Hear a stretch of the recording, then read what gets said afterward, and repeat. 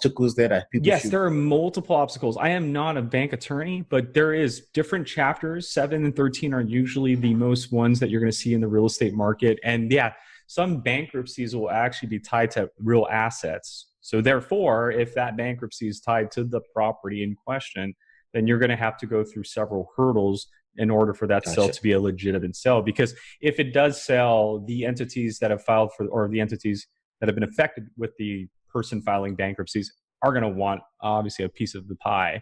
So Right. yeah, definitely get with a bankruptcy expert. Or I mean, we live, like you mentioned earlier, we're living in a digital age. Go Right. online. There's YouTube And read videos. it. Exactly. Right. There are Facebook groups of realtors that only do bankruptcy stuff, and so you could potentially maybe speak to someone there. So Absolutely. in this case, yeah, we can done the lien bankruptcy. Since we didn't get any results there, what I'm now looking for is just looking for a high amount of a lien. So maybe someone that has, because you can see here we have one with like Right. $500, We don't want three. the $200, Exactly. $500. We So don't we want can that. do Yeah. like 1900 and more. So now we have those 20 properties, and then we wrap it up by, since we're wholesaling it, we got to make sure, there's 50% in equity and or Yes. more. Now, you brought up a point earlier, and this is something that I've also been pushing out there. It's a philosophy I have called a lead is not a list. A lead is a problem. And Yes. to push that idea even more, I'm going to show you how I can build a lead in any market without using any lists. And so here's a perfect example. I'm in Miami, and what I'm going to do is, if you guys are looking for vacant, again, I'm trying to stay away from you. I'll look for an owner occupied property. Right. If you're looking for a failed listing, well, I'll just look for something that's not in any MLS records at all. While you're looking for pre-foreclosures, I'll suppress the pre-foreclosures. And while you're looking for bankruptcies, divorces, and liens, I will suppress those categories. So as you're looking for a list, which most of us are taught, and that's great because you should still do that. I'm not discouraging for that. But what I'm trying to emphasize is PropStream can let you get creative. And so here's the creativeness. I've suppressed all public records that most investors would normally look for. And now the problem I'm building is that this is a non-owner occupied property with a tenant, right? The building of this property, so it's residential single family, is Residential. 30 years or older. So it's a 30-year-old. That's part of the conversation I could potentially have when speaking to this homeowner. What are you going to do about that roof? It's going to cost quite a bit. I like where you're going with that. So problem is not only that you're cash flowing, and I don't know if you guys are watching this video. I know this is going to be replayed in the future, but right now, this very moment that we're doing this quarantine, this video, we're quarantined. Right? Yeah. Biggest issue right now, people losing their jobs. And I think some of the biggest people that are impacted right now are landlords. Exactly. Landlords. So a landlord with an occupied tenant, that could potentially be a problem that we could solve, because if this tenant lost their job and they're not paying rent, that owner is in a predicament, a problem. Yeah, it's the first core pillar. I called it value. Exactly. Look for a way to solve a problem, and all these data points are yours for the taking. Just to get creative. Some things will come to your mind in the middle of the night, and you're like, what about landlords that are tired? I can't wait to get to there it is. And this is what we're doing. So I'm looking for a non-owner occupied who has a tenant. It's individually owned, not a corporation. So this is a person managing their own property for the last 15 years or more. And get this, they're not even in the same state. So now the headache is you're in a whole different state when you're doing this. And with coronavirus right now, just thinking about going to the airport is like the most sketchiest idea right now. Like people just are staying away from the airport. I don't care if it's $10. Exactly. You can give me a free flight. I will still say no right now. Right. Here's the predicament. So not only is it a non-owner occupied owner in a different state cash flowing their property with a tenant who may or may not be able to pay the rent. I'm hoping that the tenant could pay the rent. I'm not looking for anybody to be in a predicament. But again, a predicament is where we essentially do our job. So not only are they renting it out with a potential tenant who may or may not be able to pay the rent, they're in a different state. The property's 30 years or older, and there's equity in it, right? 50% or more. And here's the kicker. These 456, I want to see the ones that actually have a mortgage on them. Why? Because now I know 116 homeowners who are absolutely Yeah. relying on the tenant to pay. Because if that tenant doesn't pay, well, then who's paying that $1,000 mortgage payment? The screw they are paying. Right? So guys, a Yeah. lead is not just a list. A lead is a problem, and PropStream allows you to build these hidden problems, which you guys see isn't in any of these public records that we normally allow you to search through. I went in here and I built multiple problems, which is A, you're renting, B, it's an old building, C, you don't live in the same state, and D, you have a mortgage that needs to be paid by your tenant. And if they don't, I might be able to just take this off your hands and be the person who can wait a little bit longer. If you can't hold out for 6 months, me and my team can hold out for 6 months, right? Or we can lower the mortgage payments with the tenant and see if we can work things out that you can't do because you have a $1,000 mortgage and you can't go anything lower than that, right? So it's things like this, guys, that PropStream does extremely well. And then from here, you just want to check off your properties and then add it to a marketing list. And once you create that marketing list, you can export it from the My Properties page. You can skip trace it, get their contact information within 5-10 minutes, and then send marketing to it. If you want to send ringless voicemails, postcards, or emails, that's what we can do for you. And so this is, as what Ola said, this is part one, guys. It's list generation, getting contact information, making contact to some form of marketing, whether it's cold calling or a postcard, ringless voicemail, or an email. And then from there, that's when the leads call us, right? Hey, I'm interested in selling. And that's when we go into My Properties, we locate the address, we click on that address, and from PropStream, same platform that helped us build that list, we're now able to analyze those individual properties and run comparables. Our comparables are beautiful, guys. And this is part of essentially the contract part. It's a two-part process with the contract. Not only is the negotiation important, but you got to know your values, like you mentioned. You have to. You have to know your values. So knowing that the person owes a certain amount, right? 385 is what we're calculating. What can this property potentially sell for then? So we would go into our comps and we can use public records or MLS records or both. And then just a matter of apples to apples. So 2 bedrooms, 1 bathroom, and I'm looking for a residential single family. And here are my results. I can see both public. Now, I got quite a bit, so I might need to maybe tighten it up, maybe go 0.25 mile radius.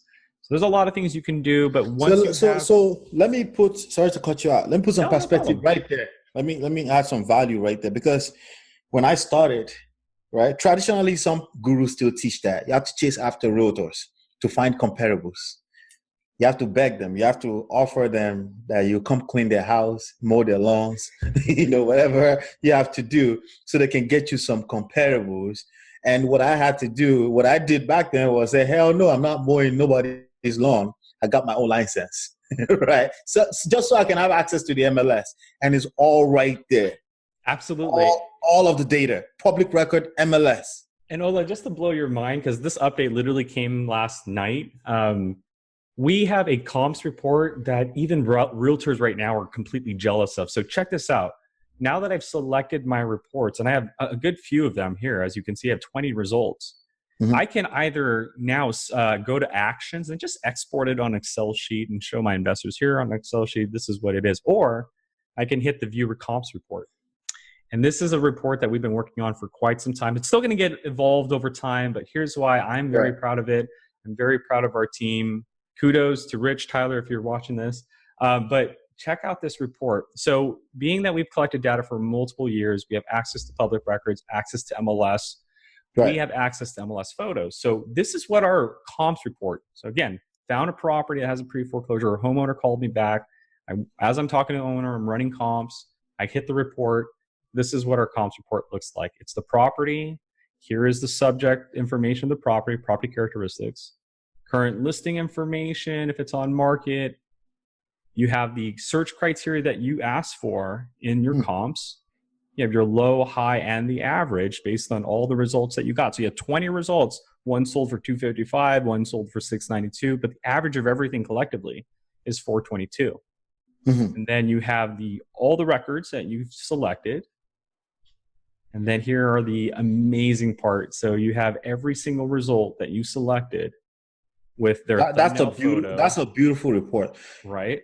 So you have not only that, but check out this. After you go through all 20 of these individual thumbnails, the very last part is, again, we have the photos. So look at after number 20, the next page is every single photos of those single ones. So you can now show your homeowner, if you're negotiating a homeowner, like, I want full price. Well, sorry, sir, like, I can't give you full price because here's one that actually sold for full price and your property does not look like anything like this. Yeah. And vice versa, which is part 5 and part 6 of finding a buyer. When you get the contract signed, right, after you use these photos to negotiate the 70% or lower and get them to sign that purchase agreement, for you to sign this contract, you need to convince the buyer that the property's ARV is higher than your contracted price and what the rehab cost is going to be. So if I'm going to buy your contract for $100,000 and you're going to tell me I also need to rehab it for $20,000, so I'm paying $120,000. I don't want to sell the property for $130,000. I don't want to do all of that work and just make $10,000, right? Right. Just not making any sense. But if you say it's $100,000 to buy the contract, but you and your team need to put $20,000 into it, and then you can sell it for $300,000, and these are the exact results to show you that I'm correct. Well, you got yourself a deal, young man. Let me go ahead and take, or young lady, let me go ahead and take that for you. And that's why we thought like you guys. We thought, okay, what is it that you need to convince that buyer to fund your contract or buy that contract? And here it is, guys.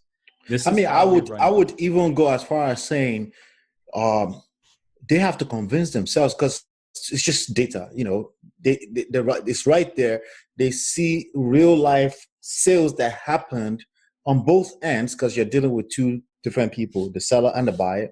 On both ends, this person says like, okay, if I don't have 50 grand to put onto this property, I should just let go right now and deal with this gentleman or young lady. Or let's say you locked it under contract already. An investor will see how much value they can add onto this property in real life examples as well, and you don't have to argue with anybody.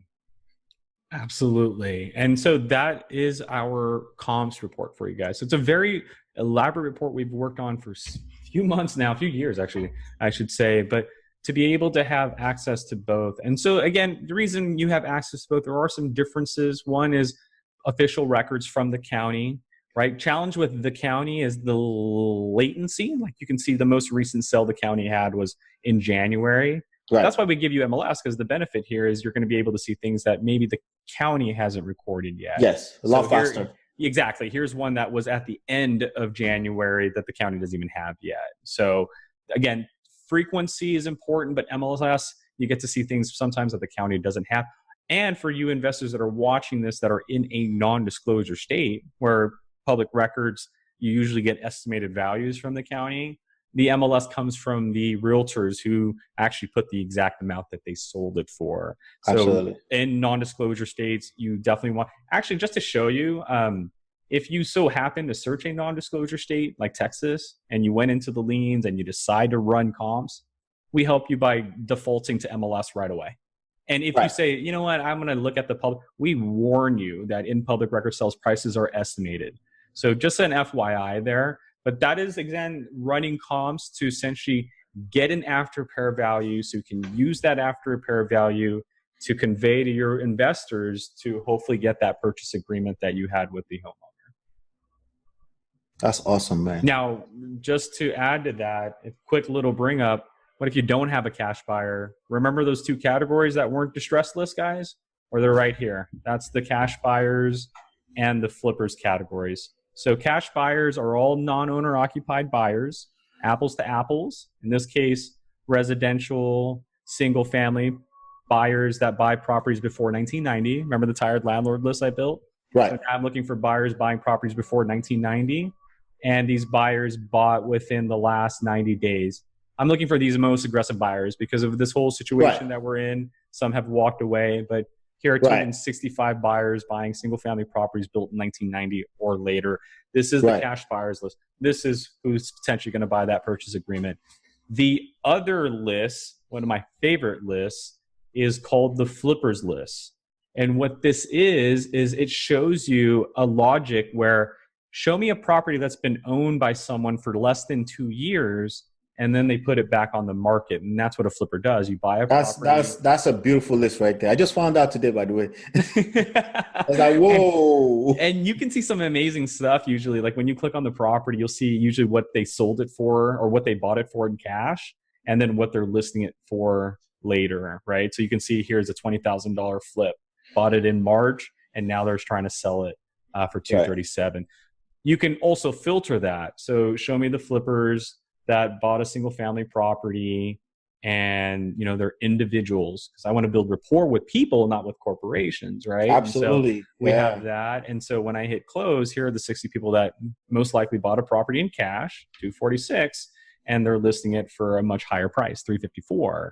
And I get to see the buyer's name. So Rosalie is probably going to be on my buyer's list if I'm in Florida, right? Yes, and I absolutely. have her address. And if I can't get a hold of Rosie because she doesn't want to speak to anybody, that's fine, because we have MLS details. I know her broker. To the realtor. Yeah. And guess what? Knowing broker information is important, guys, because the cool add-on that we did is that after you build your flippers list and check it off, for example, Miami, let's type flippers, Miami. What we did in the My Properties page is that we've given you the ability to export the agent's information as well. And I like that. So I found 60 flippers, but when I go into the My Properties list and I find my 60 Miami flippers, I'm also going to ask the system to give me the agent's phone numbers, emails. Agent's phone number. Mm-hmm. That's beautiful. Because, and people complain about agent wholesalers relationship all the time. I don't have that experience personally. Maybe it's because of positioning. Maybe the way I position myself when I talk to them, because honestly, I always lead with value. So I'm not calling them to ask them for comps. So why would they want to be disrespectful, right? Right. Well, maybe if I was calling to bother them and waste their time, sure. But if you're calling them to say, hey, you need for a fact that they deal with cash buyers. You got to think about cash buyer. You got to think about not sounding like you're stealing from them, right? You nailed it right on the head.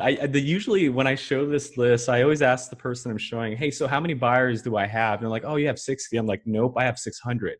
And they're like, well, what are you talking about? I'm like, not only do I have the buyer's name, but the agent is as important. Like you said, the agent just doesn't represent one buyer. The agent probably knows 10, 20, 15 buyers. So not only am I going to try to get a hold of the individual that bought the property in cash and build rapport with them, but I would like to build rapport with these agents that are all the way back here. Because again, although I have 60 cash buyers, I have 60 agents that may know 1 or 2 or 10 other buyers that I didn't. That's why people that are here, that have been here forever, they know I don't teach how to build a buyers list. I teach how to build a buyers network.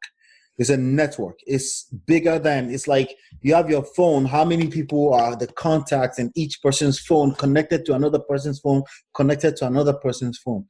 If you start thinking that way, think leverage, this is... Yeah, and again, what I like about this list is these aren't just your regular buy and sell agents. These are agents that are representing people that have bought a property, usually in cash, and then are flipping it. Concluded transactions. Exactly. So, guys, our system, as Ola said, I mean, he's giving you guys the basic blueprint. Like that is a golden ticket right there.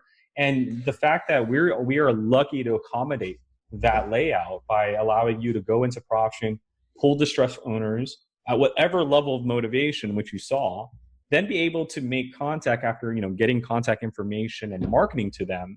But when they make that contact, to be able to go into here and also get that after repair value, like that's just mind blowing. And then getting that beautiful comps report to be able to convey, hey, not only do I have this property under 70% on contract, but here's how you can, what you can do with the property. That's what you're going to do. This is how much money you're going to make. Exactly. Or again, as Ola mentioned, we can also use the contract if we don't have the report. If we don't have the homeowner on contract yet, and they're trying to hardball it, I want full price, and we're as the roof is squeaking and falling apart, or a leak is like dripping. This is the tool to use to convince them that unfortunately I cannot give you full price. It would be a loss for me and my company. We're trying to get you out of this pre-foreclosure, right? We're trying to cash you out, but work with us. I can't give you that full price because of these X factors. You don't have a nice roof. You don't have tampered windows. So would you allow us to pay your mortgage and give you a little bit more? Hopefully it's under 70% or whatever the market value is. And understand that even after cashing you out and you get to live another life, I'm now taking that risk, or my buyer's now taking that risk, because he's now going to put money into it and it could or could not sell, right? I mean, we're hoping it sells, but that's the information that we could convey to the homeowner. So this comps report can be used for multiple angles, to use to, negotiate, or also to use to negotiate with the buyer. And so guys, numbers literally 1 through I'm pretty much 6. We cover 7. Add that's the value. business right there. Yeah, exactly. Add value. We can't help rent. Actually rent. Maybe we found buyers for you. I mean, agents that could help you rent. Yeah. So that 8 could help. Cash, close cash. Obviously, we can't help you directly, but we have buyers that definitely can help you. And then rinse, recycle, and repeat, guys. Or just do it all over again. If you are a wholesaler, you are essentially a marketer, and there's no such thing as a marketer without thinking data. So let's even get ahead of the curve, like you were saying earlier, and understand that you're a marketer. So it's about data, and it's about access, relationship with all the people that can get questions that you may not even have answers to. They will get it answered. I always tell people there are things you don't have to worry about. Don't worry about what kind of contract. Don't worry about what type of LLCs. Now, all that stuff, you pay people to figure it out for you. But as far as everything you need to get going, you need data. The first step here is you need access to distressed owners. And there's like 50 different types of distressed owners, and I was going to point that out because, you see this, you see all this different, and one of the downside to this kind of beautiful system is you can overanalyze yourself into not doing anything, right? So I want to make sure you're not overanalyzing anything. You find what sticks to your head that sounds like a motivated seller. You create the filter and you stick to it. You keep it simple, consistent, and market to them every day. The beautiful thing about what I'm noticing there is that you can also set based on the volume. You see the volume that's popping up on the right-hand side. Whatever market you choose to, you want to go nationwide, you want to stay in the local area, you see the volume, you know what your budget is. So if your budget is 20 grand a month, you can make it happen. And if your budget is $200 a month, then you drill the filter a little deeper. You go a little deeper, and then you stick to doing that consistently. So it's such a beautiful thing. I had a couple of questions. Let me see if I can get to that. The landing page. There's a landing page that's created automatically with the postcards, right? That's correct. So that is our campaign page. And so that's what I call phase 3 of list generation, is after you search and save that list, you'll then want to skip trace to get contact information. Once you get the results, then when you create a campaign, essentially you're creating a campaign specifically for that list. And so as you can see here, I have over 90 different campaigns, each one represent a different thing. One for buyers, one for auction, and that list has 75 people. One has 2 people. Landlord list has 41. So the idea is for each campaign you create, we give you a free website to use. And the idea was that we want you to only use this landing page for the campaign that you created for the 25 or 1,000 people on your list. The idea here, not only for you to just use it for that group, but it's so that they can fill out an application instead of call you or email you and waste your time. For the ones that are really interested in getting a cash offer, for the ones that really want to buy that contract that you have at 70%, trust me, they'll take that extra step to go here. They're motivated. They'll fill exactly. Hit send, you'll get an email notification. So that's step 1 of the campaign. And then after you create the website, then it's your choice whether are we going to send the 41 individuals a postcard, and we can create a blank one or choose many of our templates. We can do now. Can you have as many landing pages as many campaigns you have? Yes, sir. That's a great question. So as you can see, I have 94 different campaigns. Each one has a different website. Has its own landing page. Exactly. Awesome. And you can create a different name for it. So that's the idea. And then, but the idea is not to put that landing page on a postcard though, right? You don't put that on a postcard. You can if you want. Yeah. So if you wanted this landing page, let's say Nate buys houses in cash, which is one I created. So let's say I copy that link after I create it. I can now go to the postcard. And when I create, let's say, a template here, and I choose one, right, I can customize this template. So here on the back part, it says, call me, my name. Heck, I can go in here and add to it. I can go in here and add that web address if I want. Right. Now I might need to customize it, make some room for it, but you guys get the point. I mean, got it. You do not need you can buy a domain, you can forward it, you can get creative with that. Basically. Exactly. And again, this is optional. Like, we do not have to use it. I know some of you guys have much more elaborate business websites than this one page landing page. Totally get it. But that was the idea. Like, this is a call to action. This message I have on this one page landing spot is solely designed for just these 53 people. Just that campaign. Got you. Awesome. All right. Let me see the last question that I have for you, because honestly, I think we covered quite a bit. And thank you so much for stopping by and just giving us this gem, man. The email campaign that you have over there, when if someone used the skip trace and pulled some data of emails, right? Yes. Have you heard any kind of concern with regards to email spam filter? Have you had to deal with that in terms of because you're mass emailing a lot of people? Yes, right now we have. So just to play it fair, email marketing. Let me just be transparent with you. Email marketing isn't a perfect science right now. So we know that, and it's not fair for us to charge for something that isn't going to be controlled 100%. And so if you guys are going to use our email marketing, the skip tracing is an additional cost, but email marketing, unlike voicemail postcard, is free. You can actually use our email marketing once you have these emails, either from our provider that you skip trace or from a list that you upload in our system. Your choice there. But transparency, here's why we don't charge you for it, because when you send that email out, we then take the thousands of emails that you're about to send out and we send them out in a bulk for you. Now, here's the challenge. Once we release them, we don't know what the provider of those emails, the carriers of those emails are going to do. The landing, right? Exactly. Is Gmail going to flag it? Is it going to spam it? Is it not going to deliver it? Or is it going to put it in the inbox? Right. Now, there have been some suggestions out there that keywords play a factor, attachments play a factor, certain sizes of the email play a factor. Again, there's all sorts of ideas and hints and suggestions out there. We'll leave it up to you guys to look for that. But again, lots of external variables. So being that we can't control what Gmail, what Yahoo, what AOL is going to do when they get this package, we don't feel it's fair to charge you. Now, some people do. Gotcha. And we're always looking out there for the next best thing, right? So I'm going to tell you right now, it's evolving. Right now, it's free. Take advantage of it. Could we eventually, over time, find someone who can guarantee us a success rate? Absolutely. Right. And when that time comes, we'll definitely let you guys know. Absolutely, because it's for everybody's best interest. Absolutely. Right? I mean, I say, hey, guys, if you have the emails, I mean, I'm not going to tell you it's 100% success rate. It could be 100% one day. It could be 5% the other day. Right. But it's free. So use it. It's free. Exactly. It's free. It's free. Use it. Why not? Otherwise, again, if you want to guarantee the emails, you can send it from your own inbox. Just be careful. Disclaimer for me saying that your own inbox has a limit.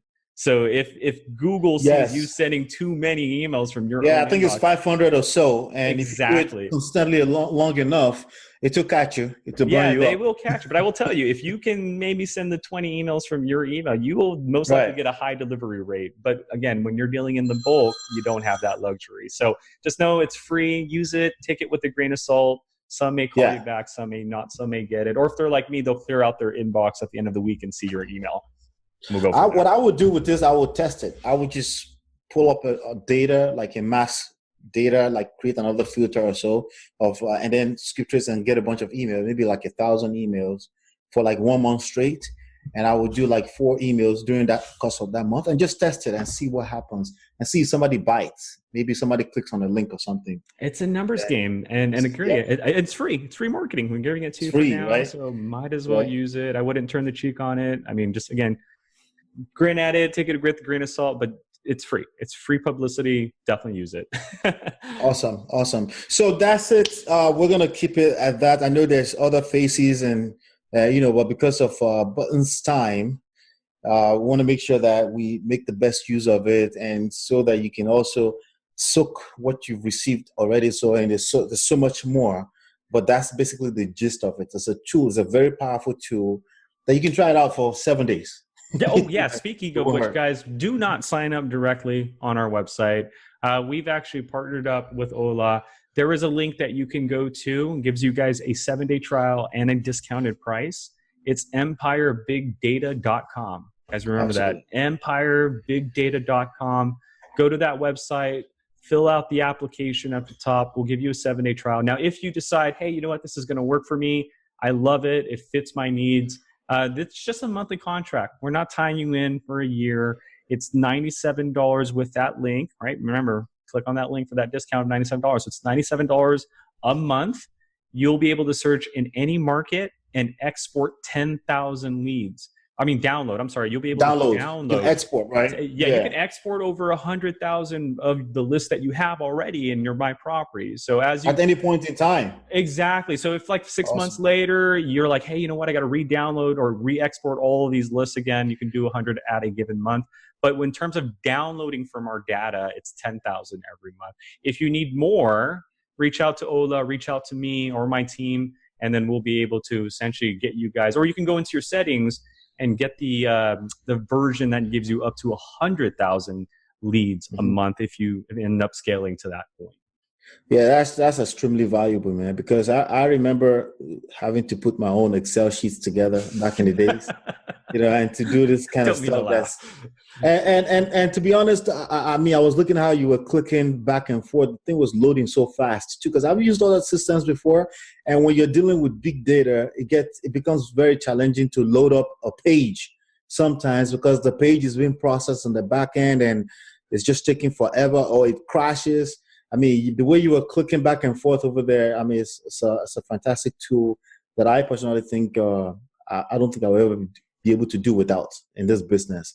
And not to speak of, everything is all in there in one stop. One stop, you do everything from there. You can literally do it, unless you want to get fancier and, but again, I don't even recommend that until you close your first, second, third deal. Remember, the step 10 is to rinse and repeat, create a system out of it, right?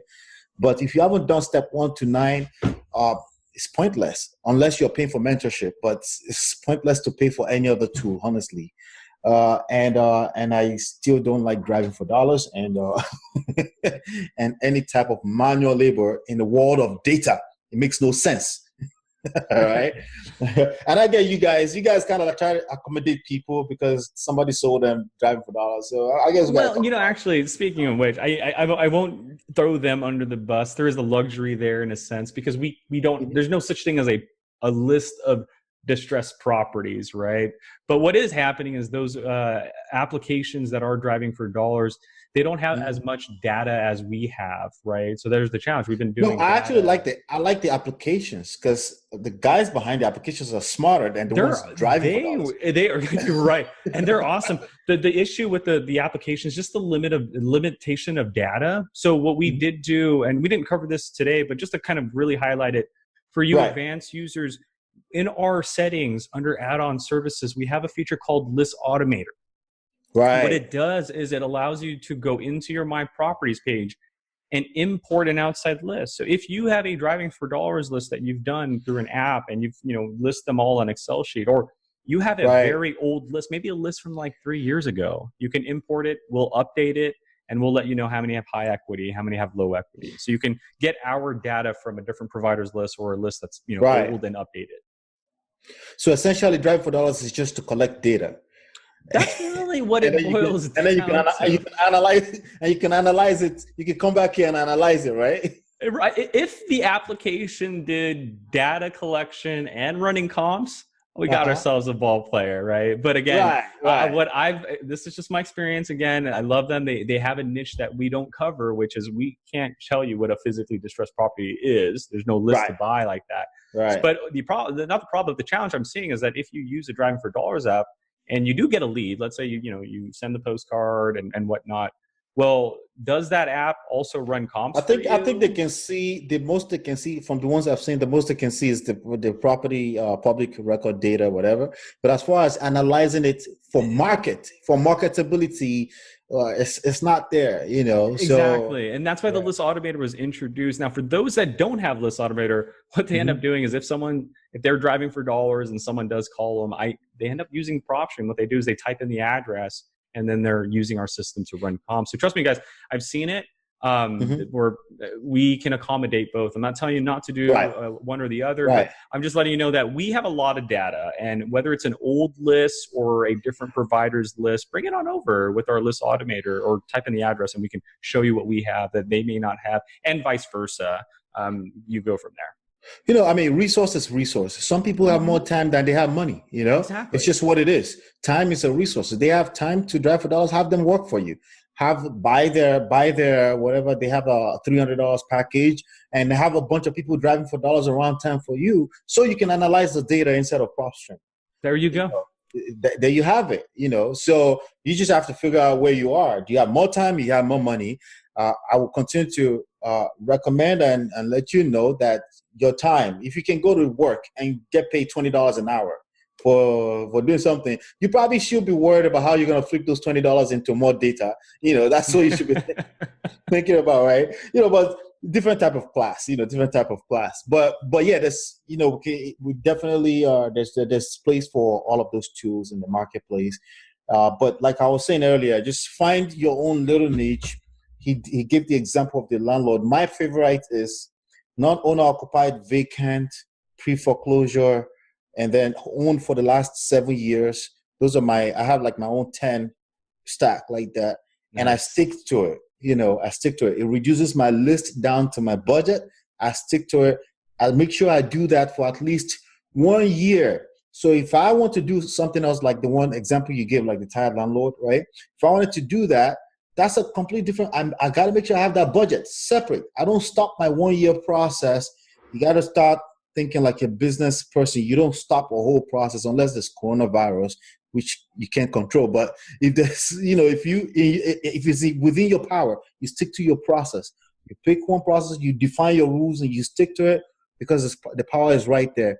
And I noticed that there's a tool in there that actually updates automatically. Quick question for you: does the list automator come at separate fees or? Yes, it does. And that is what you're referring to. So with like list automator, as you mentioned, it is a separate fee. It's an additional $27 add-on to the existing plan.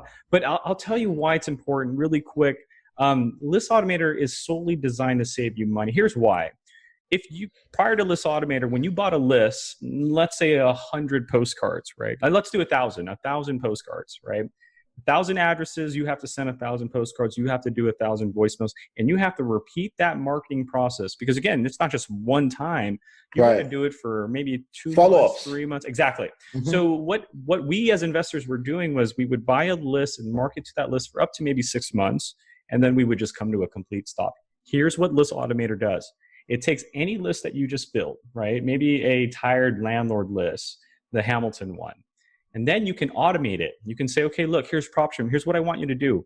Anytime you're going and doing an update, if something meets my criteria, this elaborate one I just drew out, I want you to automatically add it to this list or move it to a different list, or notify me. So you're creating a rule. It's a rule. For incoming records. And then you put a rule for what's inside your list. Do we remove them when they don't meet that criteria, move it to another list, or would you like to be notified? And here's why it's a money saver. I know you guys are probably like, well, it's $27. How is it saving me money? Here's why. It's all about the numbers, right, guys? We're very analytical here. And here's how that $27 investment can definitely save you hundreds of dollars in the long run, right? And because you don't want to be mailing people or contacting people that's already don't fit your criteria anymore, you know. Exactly. And that's what it's doing. So right now, so this is an old list. So PropStream is now going through the rules I set. It's going through it. And it's saying, process the data. Exactly. It's going through every 331 and it's saying, okay, we just monitored it. So out of the 331, one of them no longer meets that criteria that you have. So guys, question I leave to you is, do we send 331 postcards or we send 330 postcards? Now, this doesn't make sense right now because it's just one, but when it's a list that you've had for when 6 it's months, 1,000 extra, 500 exactly, extra, 200 tons, extra. you can see, for example, Riverside 26. And guys, let's think about it this way. Let's just round up. Let's say postcard is 60 cents. Let's include postage. Let's say it's $1. We paid for the fancy one. Right now, I could send 518 postcards, or I can remove 26. Again, if the postcard is $1 per postcard, I just saved myself $26 for removing those records. Is that $27 worth it now? Absolutely. Absolutely. Absolutely, guys. Yeah. And it's not just automating your list. It's to also allow you to import a list. And you get these 10 other boxes here at the top, which allows you to create a list within a list. Right. So you don't have to run another search. It's like in the world of digital marketing, it's like segments, basically. Exactly. So rather than running this elaborate filter all over again, I can isolate the 3 low equity properties within that filter and focus on those 3. Just in case you're in the mood to cold call. Exactly. Right? So that is what List Automator is. It's a 3-part process. It monitors your list every single day, removes or reminds you to remove or add properties that are meeting your criteria on every morning. And that way, over time, you're saving money. And as you can see, that's how you operate that. All right. Anyway, to reduce the chances of information overload here, you want to go to Empire Big Data and then get access to that. All right. So that was awesome, right? That was really, really good stuff, right? Yeah. I thought so. Just such a nice gentleman to come here and show us everything. I just felt like it to be more, by the way, you have access to all of that. Just go to empirebigdata.com. You can sign up for the software for free for 7 days free trial, and you can start practicing with that. Okay. So we've covered goal number 7 and 8. It's time to jump in through number 9. Let's get into the first step. What if you could master the skills of real estate data collection and analysis starting now at a depth, at a depth that optimizes the input of your budget resources for maximum profit in 100% virtual real estate investing and wholesaling, while you're positioned as the only solution to your contacts with minimum competition? What if? I want you to stare at this slide and really, really process it. Right now, maybe you're feeling overwhelmed. Maybe I've covered quite a bit of information. Thank you for hanging out with me. This was really awesome, sharing this information with you. I really appreciate you being here because I know that your time means everything in the world. I know you value your time. That's why you're here, because at the point where I started bastardizing driving for dollars, you would have run away. But you get it, that this is about making the most out of every resources, every talent, God-given talent that you have. Is about making the most out of it, right? So if you're overwhelmed, that's okay. Is it okay, however, if I give you a special offer to help you implement data, depth, and solution for massive real estate profit? Would you be interested in something like that? I'm also going to show you some really cool stuff here right now. Listen, I've helped a lot of people, okay? But for obvious reasons, I can't put people's face all over my webinars and stuff like that. I'll share my personal story with you, and I think that's more than enough anyway. I'll share my own personal results with you. I think that's more than enough. But, for obvious reasons, this training here is evergreen. I don't want a situation where people don't appreciate that or anything like that.